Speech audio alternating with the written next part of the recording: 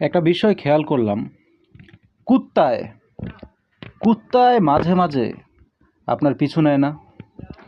আপনি ধরেন দোকান থেকে একটা রুটি কিনলেন, আর সেটা আপনি খাচ্ছেন আর হেঁটে বেড়াচ্ছেন, ঠিক সেই সময় কুকুর আপনার পিছু নেয় না।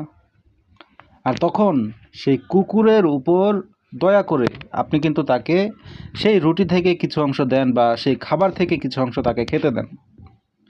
আর সেটা খেয়ে কুকুরও সন্তুষ্ট, আর কুকুরের উপর আপনিও সন্তুষ্ট।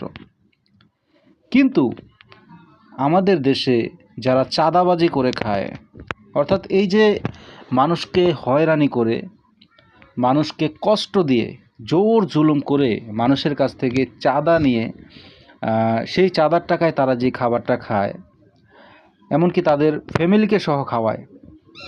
আমি হিসাব করে দেখলাম তাদের এই খাবারটা কুকুরের খাবারের চাইতেও নিকৃষ্ট।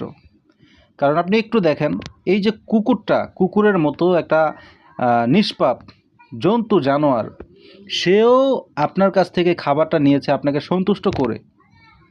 আপনি নিজে সন্তুষ্ট হয়ে দয়া করে মায়া করে তাকে আপনি খাবারটা দিয়েছেন, আর এতে আপনি খুশি। অথচ একটা মানুষ হয়ে সে কতটা ব্যর্থ চিন্তা করেন। একটা কুকুর আপনাকে সন্তুষ্ট করে খাবার নিতে পেরেছে, কিন্তু একটা মানুষ আপনাকে অসন্তুষ্ট করে, আপনার উপর জোর জুলুম করে, আপনার কাছ থেকে চাঁদাবাজি করে নিয়ে সেটা খায় এবং নিজের ফ্যামিলিকে খাওয়ায়। তার মানে কি দাঁড়ালো? একটা মানুষ কুকুরের চাইতেও নিকৃষ্ট হতে পারে এবং হচ্ছে।